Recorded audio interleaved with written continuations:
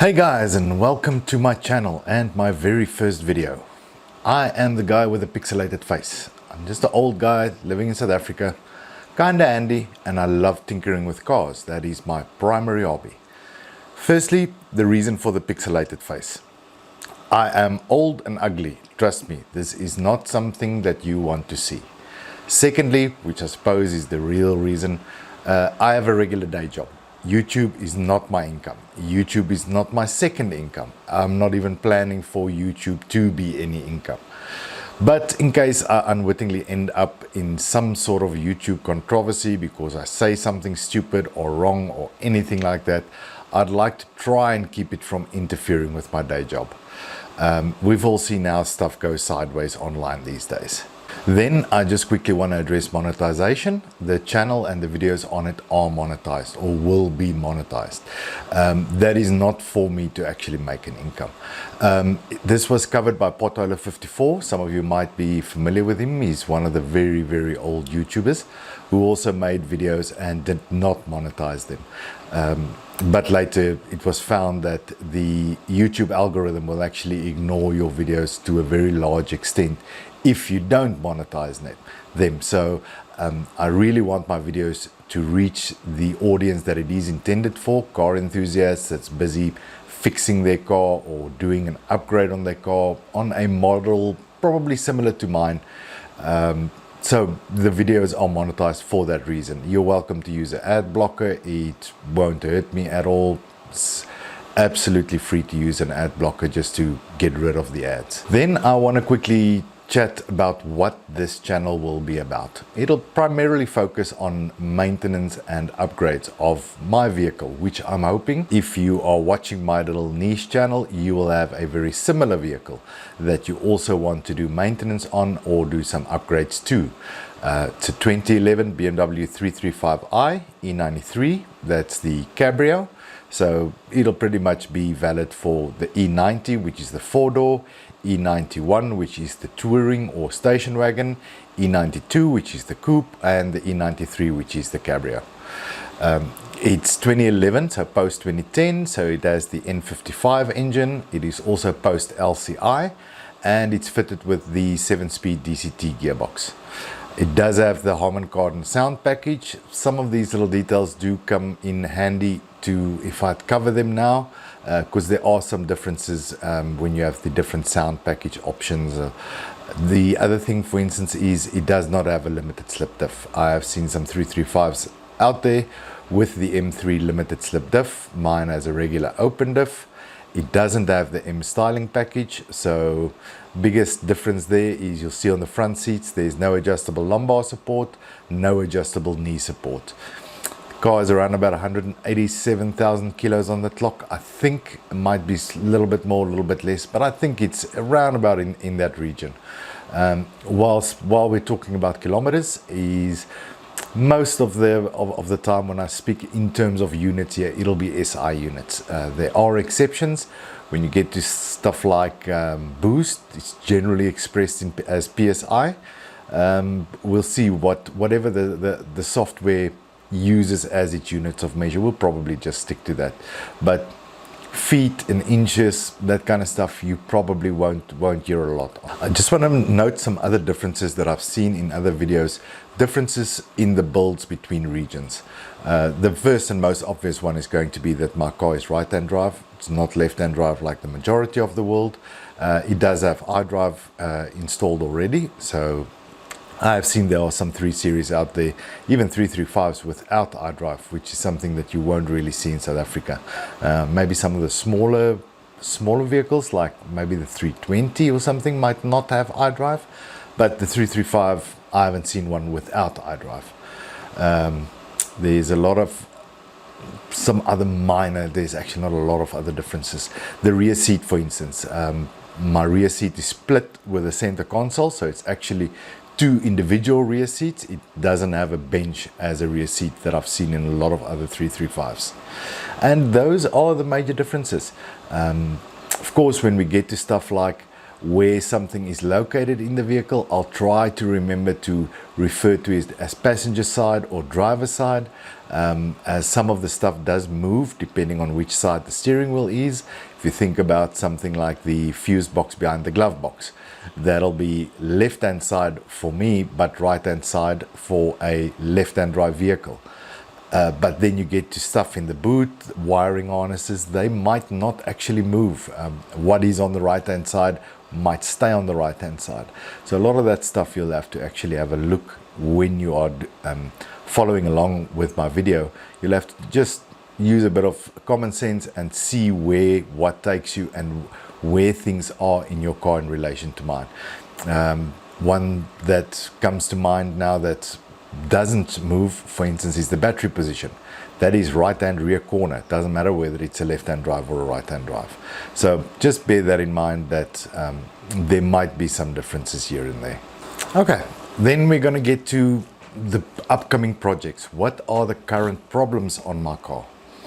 There is a sound like a suspension rattle on the rear suspension when driving over rumble strips, or anything that really loads and unloads the suspension very quickly. Obviously, common problem, squeaky serpentine belt that goes quiet as the car warms up. The CIC iDrive system is really beginning to show its age.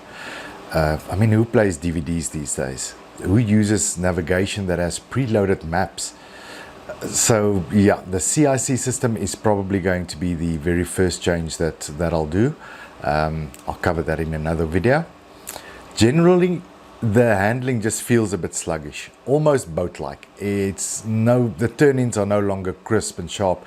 Just from what I can remember from when I got the car till now, there really does seem to be a change in the way the car handles, and I really don't like it.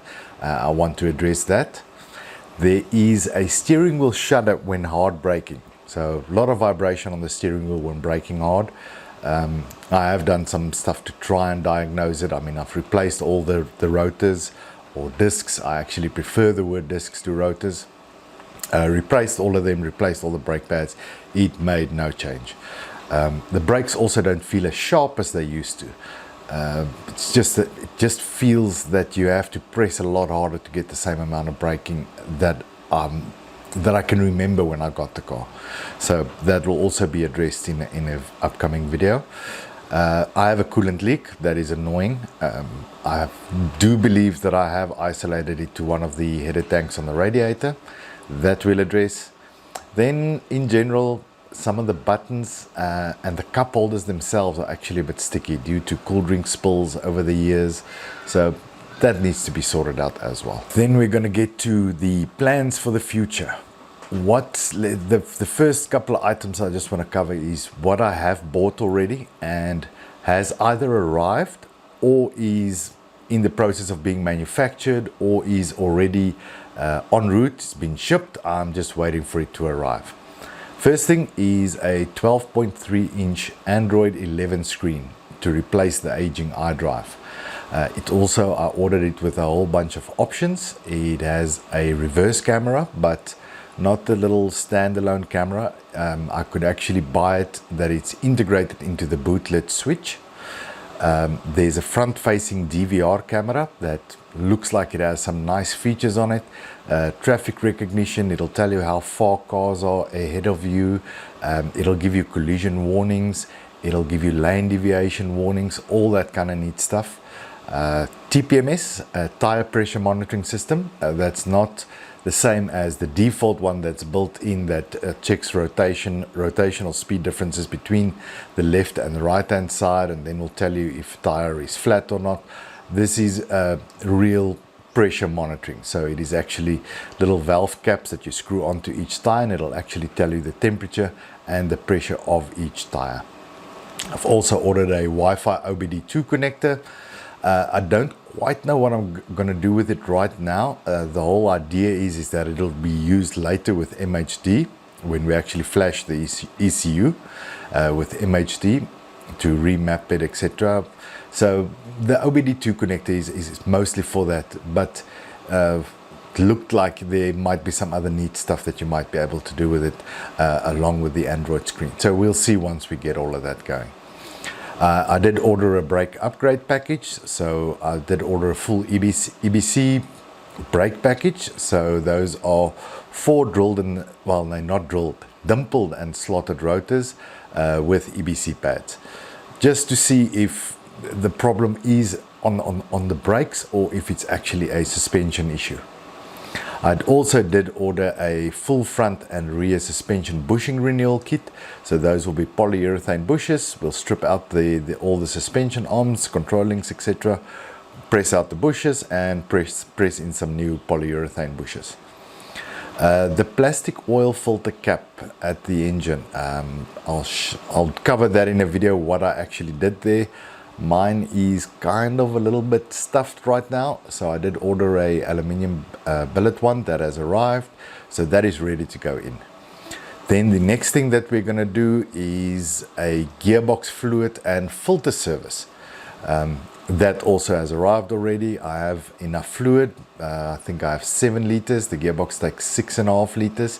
7 liters of DCT fluid. That'll be liquid moly fluid. Along with the 2 filters. The one will be the sump filter or suction strainer, and the other one will be a little round filter that goes in the side of the DCT box. While I'm under there busy doing that, the whole sump's going to come off, so there's some gaskets and everything that goes along, new bolts that goes along with that whole service. But I figured while I have the car jacked up at that point, I also want to do a diff oil renewal. So I don't think, as far as I know, my diff does not have a drain plug. It's going to actually be pumped out from the full plug and then just new oil pumped in. We'll check the condition of the fluid that comes out. We'll have a look for some metal shavings, just have a look at generally what the condition of the oil is, if it really was time to change it, if I should have changed it sooner, or if it could have actually stayed until 200,000 kilometers. We'll have a look at that when. Then I just want to have a quick chat about what is still coming.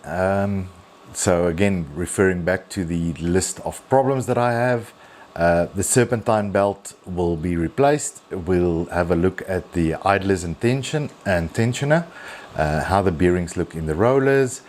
So it might be a complete idler and tensioner renewal as well. We don't know yet. We'll have a look. There will be an intercooler upgrade. I really want to have a larger intercooler by the time I actually flash the car. While I'm busy doing the intercooler upgrade, it's going to be the ideal time to actually do the radiator replacement as well. So it'll be a complete radiator replacement and intercooler upgrade all at the same time. Then back to the suspension rattle. It is also possible that this could be shock related. Either just noisy shocks or actually the shock mounts themselves. And I don't think the shock mounts on this car has ever been replaced. So I would really like to do a full front and rear shock mount replacement. We'll have a look at the shocks themselves while we're doing it, have a look for oil, and we might actually just do a full front and rear shock replacement as well. Then another thing that I also want to have a look into is the rear subframe bushings. Probably import them from ECS Tuning. They have a beautiful set of red polyurethane subframe bushings, and if we do, or let's not say if, when we do that, while we're there, we'll do the diff and gearbox mountings as well. They'll also be polyurethane bushings from ECS Tuning. Then over the years, there is a slight vibration that I can feel through the footwell on the passenger side. So for me, that'll be left hand side. I had this once before on one of my dad's vehicles many years ago, where the power steering fluid actually leaked onto an engine mount, and the power steering fluid just dissolved the rubber in the engine mount. I don't know if that's the case here. I do see a little bit of sweat around my power steering reservoir, but I really would like to check out the condition of the engine mounts and replace if needed. Then while I'm busy speaking about the little sweat on the power steering reservoir, I do want to do a power steering reservoir swap with a full fluid change. Reason for the swap, I'm sure as a lot of you guys know, is the filter is actually part of the reservoir. So be a new reservoir, getting all the old fluid out, filling it up with new fluid. There's a lot of good videos about that. One of my favorite channels, Chris Fix, if I recall, does have a beautiful video on that. There's a whole bunch of guys that do some flushing, and I think FCP Euro also has a video on it. So I'll certainly will be looking at all of those, and I'll be linking them when I actually make the video, and we'll be executing one of those videos to actually do the power steering reservoir and fluid change. Then we actually get to the fun stuff. Then it is actually time to remap the car. So it'll be flashed with XHP for the gearbox. That's mostly to increase clutch pressure in the DCT so that you don't actually slip the clutches when you get the engine to make some more power. The engine will be flashed with MHD. And then we'll actually go into some more technical stuff, possibly port closures in the valve cover to prevent some boost loss. A friend of mine did this very recently, and he gained about 5 psi of boost. His boost went from 15 psi to 20 psi simply by closing some ports that actually run from the PCV into the intake port. We'll discuss that at that time. That's going to be a couple of months from now. We'll also have a look into water injection, mostly just to keep the intake clean. We know about the carbon buildup. It apparently does also because you are reducing the charge temperature with a nice, if you can get it to fog nicely, a nicely fogged water injection, you can also reduce knocking at high ambience. So it'll be something that we'll be looking into possibly in the future. There is a change on the oil thermostat that is available that'll just make the thermostat open a little bit sooner and give you a slightly lower oil running temperature, especially once you start flashing the car and you're making a bit more power, and if you're driving a bit more aggressively. It'll also be something that we'll have a look into, possibly changing the oil thermostat to actually just reduce the oil temperature slightly. Then a nice to have might be to actually upgrade the front seats to M seats. I don't really like my current front seats, but like I said, that is a nice to have, not really critical at this stage. And then we're pretty much coming to the end of my introduction video. Be gentle, it's my first video. It'll be the first one that I'll ever edit. It's a lot harder than what I thought it would be. So there will also be a second video. I see it here in my notes. Tools and equipment, what I have and why I have it. BMWs are reliable cars, but if you really want to work on them, you're gonna need some tools. And it really will just make your job so much easier and more enjoyable. Simple things that I'm thinking about now, but there'll be a video for it. But a proper low profile floor jack with wheels, it really makes all the difference. Something like a battery impact wrench, battery powered impact wrench. Not to torque stuff up, just to make it, if you're going to remove the wheels for instance, just to make it that much quicker. When we're going to do the suspension bushes, you know, I don't want to sit there with a ratchet and loosen up 40 bolts by hand. If I can buy a nice and cheap impact wrench just to get those bolts off quickly, that's already half the work done. But that'll be all covered in a separate video. Thanks for watching my introduction, and I hope you guys enjoy the content.